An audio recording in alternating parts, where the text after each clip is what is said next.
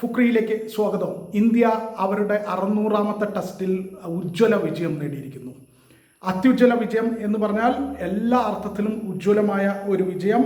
165 റണ്ണിൻ്റെ വിജയമാണ് ഇന്ത്യ ശ്രീലങ്കയ്ക്കെതിരെ നേടിയത്. 5ാം ദിനത്തിൽ കടുത്ത പോരാട്ടം ശ്രീലങ്ക ഉയർത്തുമെന്ന് കരുതിയിരുന്നെങ്കിലും അതിൻ്റെ സൂചനകൾ നൽകിയെങ്കിലും അവർക്ക് അവസാന ഘട്ടത്തിൽ പെട്ടെന്ന് തുരുതുരാ വിക്കറ്റുകൾ നഷ്ടപ്പെട്ടു. മാനവ് സുധാർ ഒരൊറ്റ ഓവറിൽ 3 വിക്കറ്റ് വീഴ്ത്തിയതോടെയാണ് അവരുടെ തകർച്ച തുടങ്ങിയത്. അവർക്ക് വേണ്ടി ആദ്യ ഇന്നിങ്സിൽ സെഞ്ചുറി അടിച്ച സോനൽ ദിനുഷ തന്നെയാണ് 2ാമത്തെ ഇന്നിങ്സിലും മികച്ച രീതിയിൽ ബാറ്റ് ചെയ്തത്. ദിനുഷ 84 റണ്ണെടുത്ത് പുറത്തായി. ആ ഓവറിലാണ് സുധാർ 3 വിക്കറ്റ് വീഴ്ത്തിയത്. സുധാർ മൊത്തം 6 വിക്കറ്റ് വീഴ്ത്തി. ശ്രീലങ്കയുടെ ക്യാപ്റ്റൻ ധനഞ്ജയ ഡിസിൽവ 59 റണ്ണെടുത്തു. ഇന്നലെ കളി അവസാനിപ്പിക്കുമ്പോൾ ദിനുഷയും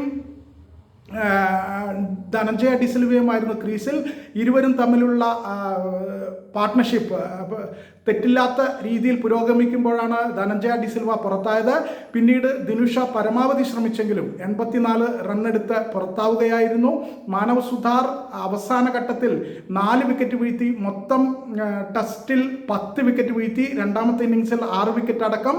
ആദ്യ ഇന്നിങ്സിൽ മാനവ് സുധാർ 4 വിക്കറ്റ് വീഴ്ത്തിയിരുന്നു.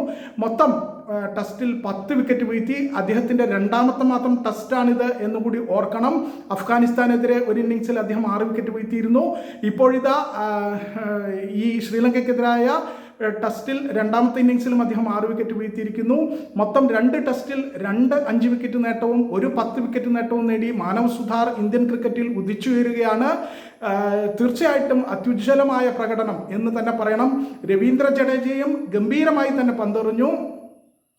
ശ്രീലങ്കയെ വട്ടം കറക്കി ജഡേജ പന്തെറിഞ്ഞു. എന്തായാലും ഇന്ത്യ അവരുടെ 600ാമത്തെ ടെസ്റ്റ് വിജയിച്ചിരിക്കുന്നു. ശ്രീലങ്കയ്ക്കെതിരെ അത്യുജ്വല വിജയം, 165 റണ്ണിൻ്റെ വിജയം ഇന്ത്യ നേടിയിരിക്കുന്നു.